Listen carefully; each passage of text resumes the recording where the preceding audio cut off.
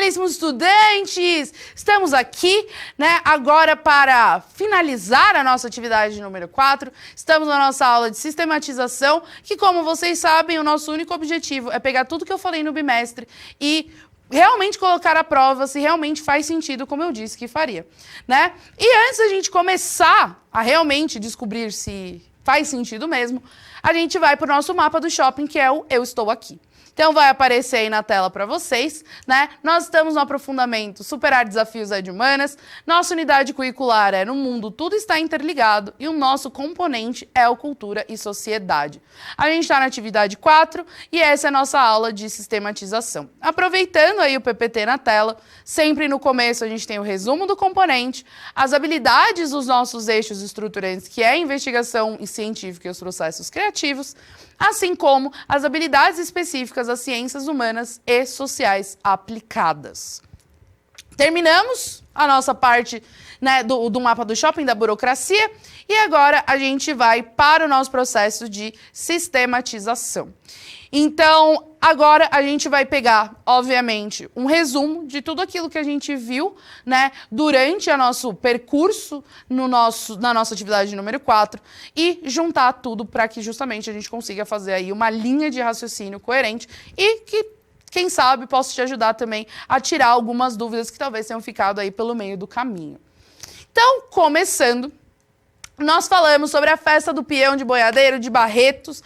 Todos nós aqui, depois dessa aula, estamos pensando em fretar um ônibus para todo mundo ir para a festa do peão, que é considerada uma das maiores, se não a maior festa tradicional do país, né? E esse ano, né, 2022, ela comemora aí a sua 65ª edição e, com todos esses anos de história, muitas mudanças aconteceram, né, nesse processo. Então, a gente viu que, na verdade, Barretos era uma cidade comum do interior, não que hoje seja uma cidade muito estranha, né? Mas não é uma cidade comum do interior, pacata, vamos colocar assim. E em Barretos, ali existia um frigorífico, que era um frigorífico, um dos maiores, né? Eu acho, posso estar errado, mas eu acho que era o maior da América Latina, né? Que pertencia à família real britânica, e lá, justamente por causa tanto do frigorífico, mas de toda a atividade pecuária que existia naquela região, ali era uma rota justamente da pecuária aqui no país. Então, muitos desses comboios, né, que fazem o transporte, tanto do frigorífico, mas quanto, né, dos animais que vão para as fazendas e afins, acabavam passando a noite, ficando ali, e as pessoas acabavam se reunindo em Barretos por causa do trabalho e no meio dessas viagens.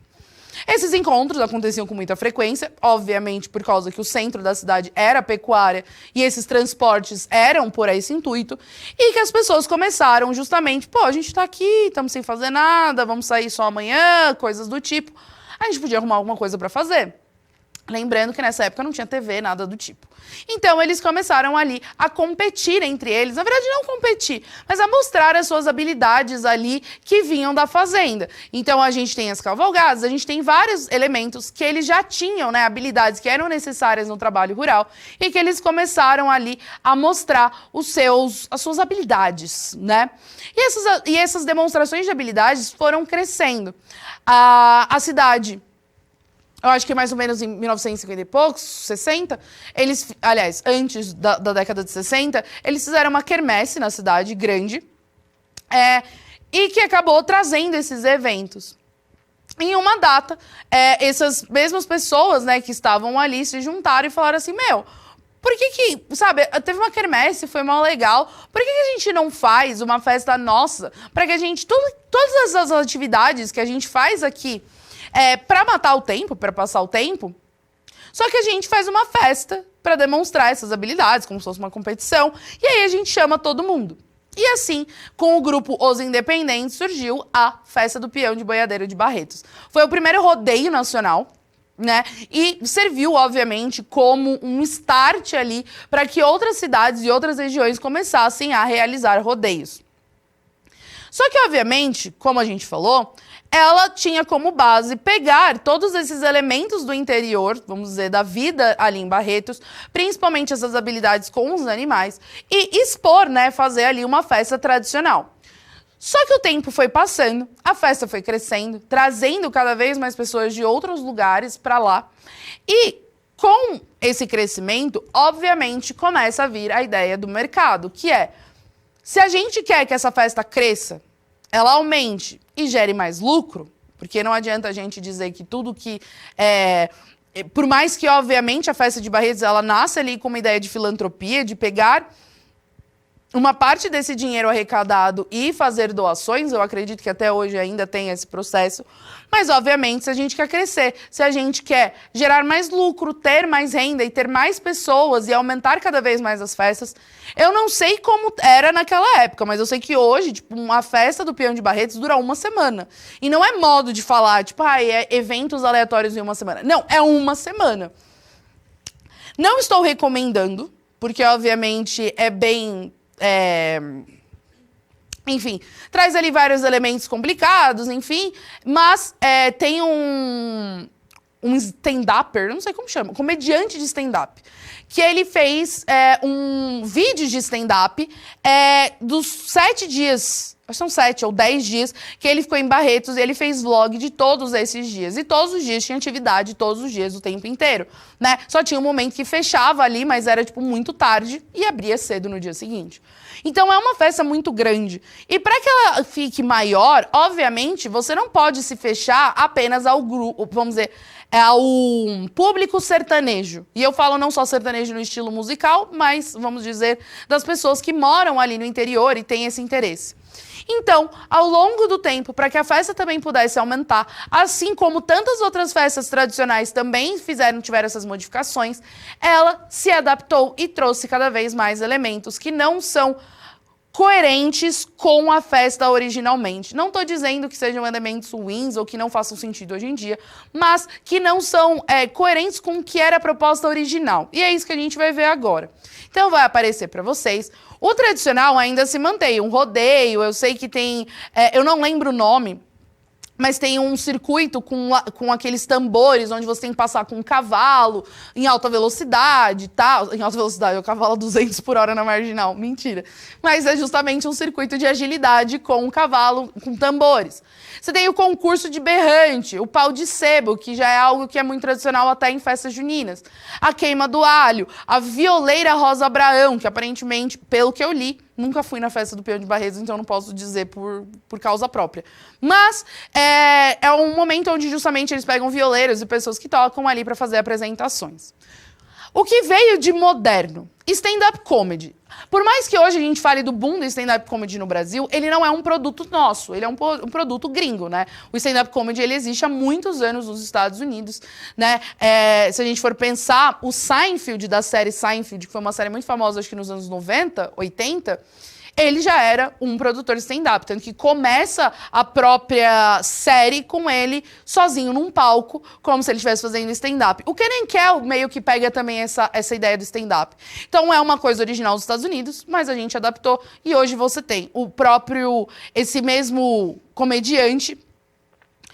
Eu falo que eu não recomendo no sentido assim, se você quiser assistir, ok, mas tem conteúdos que são sensíveis, como o uso de bebida alcoólica e outras coisas, por isso que eu só tô dando um adendo e não estou falando o nome da pessoa, o que isso não significa que o trabalho dele seja ruim, mas não é próprio para eu indicar para vocês numa aula do ensino médio. Mas ele fez esse vídeo, né? Esses vídeos que ele fez da vida dele, a vida dele é ótima, né? Nos dias que ele ficou na festa, ele também estava lá porque ele foi ele apresentou o seu stand-up comedy lá, que justamente é um stand-up comedy voltado para a vida no interior. A gente tem também shows com outros estilos. Eu vi na programação de 2022 especificamente, artistas de música eletrônica e hip hop. Eu acho que eu vi o Alok, o Hungria e um que eu não me lembro que era de dubstep. Mas deve ter outras bandas ali como de trap e outras coisas. Existe um evento de motocicletas, chama Barretos Motorcycles, tanto que eles têm até uma página dedicada a isso. E essa mesma coisa, esse movimento dos motociclistas e tal, também é um produto importado, vamos dizer assim, não é algo tradicional do Brasil, mas é algo que já existe nos Estados Unidos, por exemplo, em um âmbito muito maior. O próprio rodeio também não é algo tão exclusivo nosso. Também existem outros lugares, principalmente nos Estados Unidos, também tem essa vertente do rodeio, mas quando a gente fala sobre esses aspectos, foram trazidos para cá, né? O palco Culturando, que por sinal eu achei uma iniciativa muito legal, né? Eu sei que ninguém que da organização de Barretos está assistindo a minha aula, mas o que eu achei muito legal é que hoje eles têm um palco onde você, qualquer pessoa, né, pode se inscrever para poder fazer apresentações diversas e não tem restrições de estilo. Então pode ser uma apresentação de teatro, pode ser uma dança performática, pode ser um stand-up, pode ser sua banda, e eles deixam muito claro que não existe limitação do estilo. Então, se a gente pensar na festa anteriormente, ela tinha um caráter rural, ela tinha de trazer esses elementos culturais da vida no interior. E hoje, ela traz cada vez mais elementos que não pertencem àquele lugar inicialmente. Na aula que a gente falou sobre isso, até o Valmir estava junto e a gente falou sobre a festa junina. A festa junina é um ótimo exemplo. Para mim... se eu cantar música, vai bater direitos autorais, né? Então tem aquela musiquinha de festa junina que todo mundo conhece, que é uma música tradicional de festa junina. Hoje, se você vai numa festa junina, muito provavelmente você vai ouvir os mais diversos estilos musicais, os mais diversos pratos. Um ótimo exemplo. Perto da casa da minha tia, tem uma igreja que tem uma quermesse. E lá, o ponto focal da quermesse é comida portuguesa. Porque sim. Então, esses elementos não estariam lá originalmente. Mas com o passar dos anos, várias dessas questões culturais nós fomos incrementando e trazendo outros elementos que não eram originalmente desses lugares, ou dessas festas, ou dessas tradições. E muito disso tem a ver com o que a gente falou, que é a cultura de massa. Vai aparecer aí para vocês que essa questão de transformar esses elementos culturais, inclusive nós mesmos, em consumidores ou produtos a serem consumíveis, né, tem a ver com a produção em massa e a cultura de massa. Essa é uma cultura que ela vai vir em qual sentido? Nós temos, obviamente, uma cultura, e a cultura é o que permeia a vida humana. Com a Revolução Industrial e o aumento da produção de objetos, então, retomando aquela ideia. Antes a gente tinha coisas, por exemplo, eu sempre sou uma sapateira, eu decidi que essa é a minha meta de vida. Eu sou uma sapateira, eu tinha que fazer um sapato sozinha, então eu fazia, 2 pares por semana. Quando a gente tem a indústria, de 2 sapatos por semana, vão para 300 sapatos por semana. E, justamente, eu preciso que as pessoas comprem. A melhor maneira de eu vender algo para você é criar uma necessidade. É óbvio, existem coisas que são necessárias? Podemos pensar que sim, uma roupa é necessária, né? A gente não pode andar pelado na rua, que inclusive é contra a lei. Mas eu preciso exatamente dessa roupa, dessa marca, desse modelo específico, com exatamente isso escrito. Eu preciso necessariamente... Eu vou até colocar aqui para não ter que aumentar. Eu preciso dessa bota especificamente, mas foi me gerada uma necessidade, onde quando eu olhei para esse produto, eu falei, eu quero, eu preciso. E essa cultura, ela vem no sentido de fazer com que essa indústria, esse consumo que é necessário, aconteça cada vez mais. E só que ó, minha bota. Eu preciso dela? Não preciso. Eu fiquei muito feliz quando eu comprei. Obviamente. Eu falei que, eu preciso dessa bota. Claro que eu falei, eu precisava? Obviamente não. Mas é isso que funciona. A cultura em massa é exatamente dessa maneira. Então, a TV, o rádio, shows, música, teatro, cinema, novela, filme, tudo isso é o que leva pra gente esse ideal da cultura de massa. Que a gente pode achar que a cultura de massa ela tem a ver apenas com produtos. Porque, normalmente, quando a gente fala sobre consumo, a primeira coisa que vem na nossa cabeça, como eu mesmo dei o exemplo, são roupas, são objetos, sei lá, uma garrafinha, um celular. Só que a cultura de massa, ela é muito mais abrangente. Porque, junto com esses produtos, obviamente tem uma ideia mercadológica, vem a ideia de também vender outras coisas, como estilos, como ideias, ideologias, pensamentos, né? E com isso lucrar. Eu acho que eu dei um exemplo para vocês, às vezes eu posso não ter dado, por isso que eu vou dar agora, mas assim, realmente posso não ter dado. Quando a gente fala, por exemplo, sobre o Pink Money e o Green Money, o Pink Money e o Green Money são termos modernos que a gente usa para falar sobre empresas produtos e serviços que utilizam de pautas para justamente comercializar esses produtos, só que sem fazer realmente um trabalho por trás. Então, o Pink Money tem a ver com a questão LGBTQIA+. Então, em junho, que é o mês do orgulho LGBT, justamente por causa do evento de Stonewall, todas as marcas viram LGBT friendly. Todo mundo apoia a causa, Virou para julho, várias marcas acabam deixando isso de lado. E toda aquela proposta de dizer que nós apoiamos, que nós temos um trabalho em relação a isso, ao invés de ser revertido realmente em causas sociais, em inclusão, em tantos outros processos, acabam, na verdade, só sendo utilizadas no mês de julho para gerar dinheiro. Ou o Green Money, que vem justamente dessa questão de que a sustentabilidade e as questões ambientais estão cada vez mais em voga. E aí eu faço o seguinte, eu vou usar o centro de mídias como exemplo, mas é por causa que eu consigo fazer a relação de uma empresa dentro de uma empresa. Então eu olho para vocês e falo assim, gente, o centro de mídias é eco-friendly, é sustentável, vegano, cruelty-free, todas aquelas legendas da pauta de sustentabilidade. Só que o centro de mídias até pode ser. Em muitos casos, esses produtos, às vezes, nem são realmente como está ali na embalagem. Mas vamos dizer que o centro de mídias até é realmente uma empresa sustentável, um produto sustentável. Só que o centro de mídias, ele não é uma empresa sozinha. O centro de mídias, ele pertence à Secretaria da Educação. E a Secretaria da Educação, ela tem diversas outras empresas, vamos dizer assim. Ela tem a Coped, o Cefob, são 390 siglas, eu não vou conseguir lembrar. E aí, existem empresas, e é por isso que eu estou usando o centro de mídias, que uma empresa é dona de diversas marcas, e ela vai lá e fala assim, agora nós somos uma empresa cruelty-free. Vamos pensar que é o centro de mídias. Só que todos os outros setores e todas as outras partes dessa empresa não são. É só o produto que está saindo daqui que é. Mas quando eu saio nesse corredor onde tem as outras empresas, não é mais. São empresas que, na verdade, não têm ações responsáveis e sustentáveis. Não são empresas que fazem alguma coisa. Então, às vezes pode ter até uma parte dessa empresa, como eu dei o exemplo do Centro de Mídias com a Secretaria da Educação, mas pensa que são empresas. Existem algumas empresas que, na verdade, são partes de uma empresa maior. E aí, ele vende essa pauta da sustentabilidade, do family friendly, não. Do eco-friendly, de várias outras coisas, e quando a gente vai ver, elas não são. Por quê? Elas estão te vendendo uma ideia, porque elas sabem que essa ideia vai gerar lucro.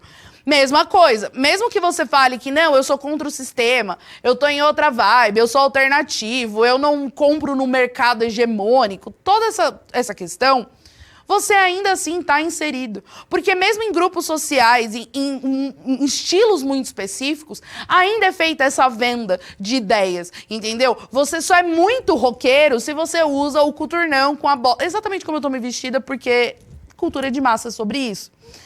E essa é a questão. Todos nós estamos inseridos nesse processo. A questão é a importância de entender esse processo para que a gente possa justamente fazer escolhas mais conscientes e não ser levado sem saber o que está acontecendo. E tomar, querendo ou não, essas decisões para as nossas próprias mãos. Mas a cultura de massa atinge todos nós. Ela não é só a grande mídia. E ela também está nos nichos. E mais do que isso, quando a gente fala muitas vezes sobre futilidades, porque você gasta muito, a questão é, a cultura de massa está em todos os lugares. A diferença é que a gente só olha normalmente para ela quando a gente fala sobre objetos de consumo caros. Então, marcas que vendem produtos a preços absurdos, ou coisas que são inatingíveis e a gente acha que a gente precisa comprar para estar na moda e para ser incluído num grupo. Mas ela está em todos os lugares. Ela está na padaria, entendeu? Ela está na TV, ela está no YouTube. Até numa coisa que você assiste de graça, ela está ali, né? E a gente não escapa muito dessa questão de estar ali e acabar sendo influenciado pela cultura de massa. Então, isso é uma coisa muito importante, saber que, indiferente de qualquer coisa, independente do nível, todos nós somos atingidos pela cultura de massa. E não tem muito o que a gente fazer. Por quê? Porque a cultura de massa, ela também gera um movimento de exclusão. Então, quando a gente fala que, tipo, mas você só fez isso pra você aparecer pras outras pessoas. É claro, existem níveis que talvez a gente tenha que se preocupar, como, por exemplo, pessoas que acabam comprando de maneira compulsiva ou acabam se endividando e se colocando em problemas por causa dessas questões. Mas, se a gente olhar todo esse processo da própria cultura de massa, todos nós ali estamos envolvidos porque ela gera exclusão social. Se eu não assistir a nova série que saiu na rede de streaming, tá todo mundo conversando, menos eu. Eu não vou participar dessa conversa. Se eu vir trabalhar no centro de mídias e eu não tiver um celular, eu até vou trabalhar, mas eu vou estar excluída de 90% das informações e eu vou ter que ficar correndo atrás dos outros e tipo, o que aconteceu? Quem mandou mensagem? E o que está acontecendo? Então, não é só a questão do querer, mas é uma questão de que isso também gera... Eu derrubei meu celular agora, fingimos que não.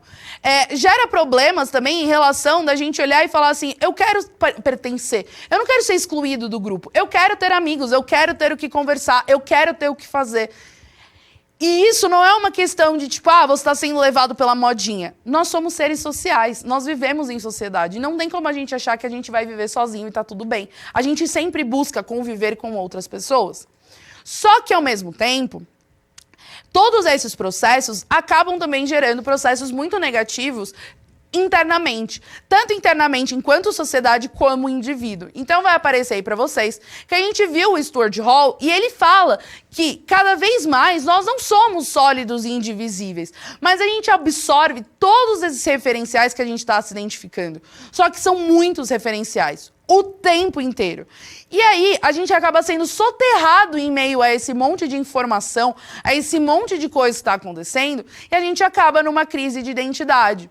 E não é uma crise de identidade pessoal, porque eu posso olhar para vocês e falar assim, gente, eu não estou numa crise existencial, então o que você está falando não faz tanto sentido. Mas existe um pouco. Às vezes a gente não sente esse processo, porque como todo mundo está dentro dessa mesma lógica, a gente estabelece que esse, vamos dizer, é um novo normal. Mas a gente tem tantos referenciais e referenciais fragmentados, não fixos, nem perto de serem permanentes, que a gente acaba entrando numa lógica de que a gente nunca sabe o que é o dia de amanhã. A gente nunca sabe o que vai acontecer. A gente tem tantas opções que no meio disso a gente acaba falando, tá, mas para onde eu vou? Né? E a gente acaba nessa sensação de insegurança, meio de estar perdido, sem saber o que esperar do futuro. E isso tem a ver com a globalização e essa ideia da cultura de massa de homogeneizar as culturas. E por que homogeneizar as culturas? Porque se eu quero vender por exemplo, eu quero vender esse moletom que eu estou usando. Não é que eu vou falar, eu vou vender esse moletom para americanos porque esse filme é americano. Nem de perto. Eu quero que todas as pessoas do mundo, indiferente da cultura, comprem o meu moletom. E isso significa que eu estou querendo padronizar a maneira com que todas as... meu moletom, paguei tão caro nele. Mostra. É louca, né?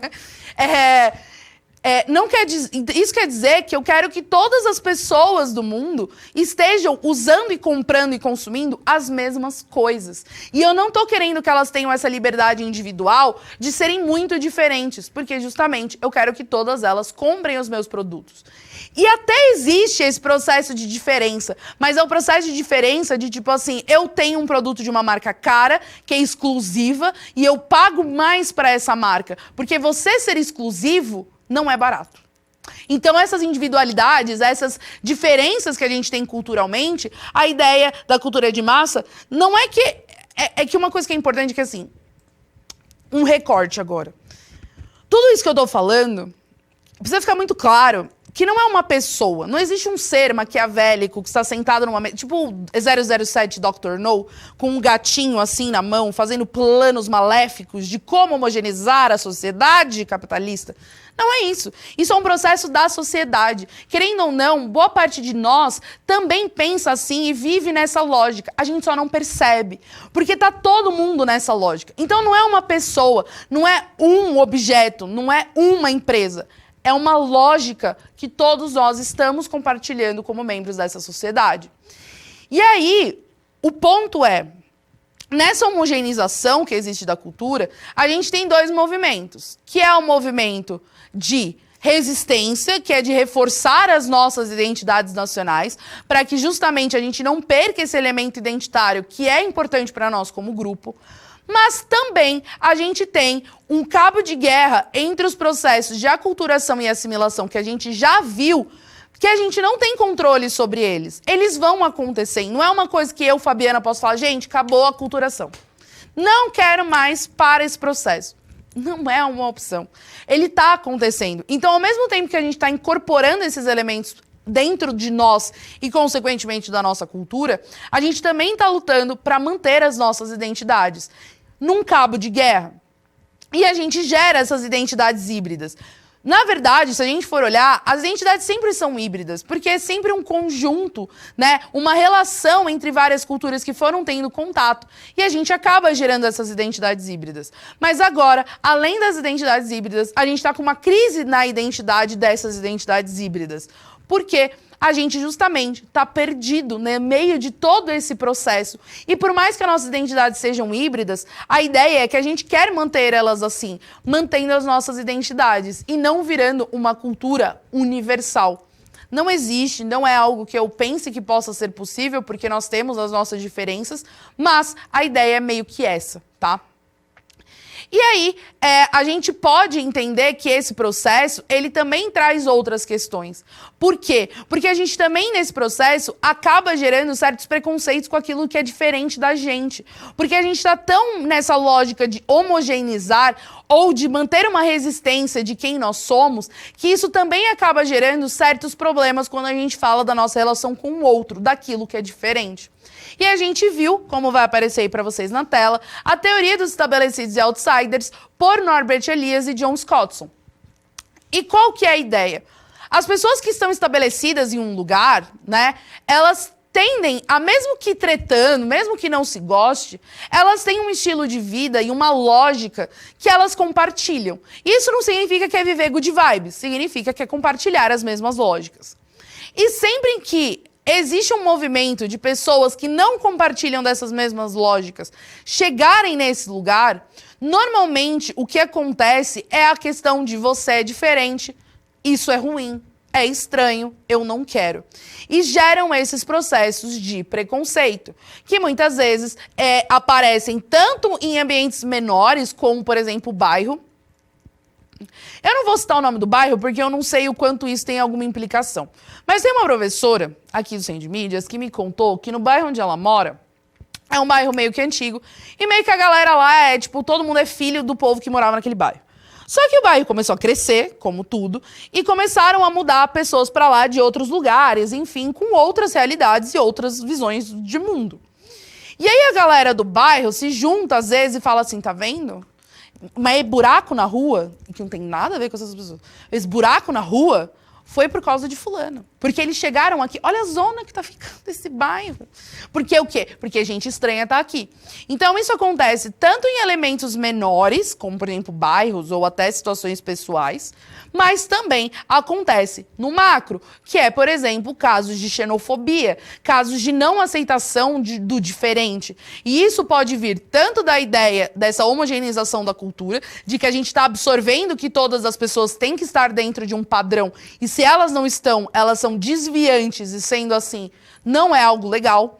Ou me sentir ameaçada porque o meu modo de vida não pode ser ameaçado por um modo de vida diferente, porque eu não entendo que podem coexistir diferenças no mesmo ambiente. E isso gera o estigma social, que é o que a gente viu, né? O estigma social nada mais é do que você atrelar a essas pessoas diferentes um estigma de ruim, um estigma de marginalização, de exclusão social.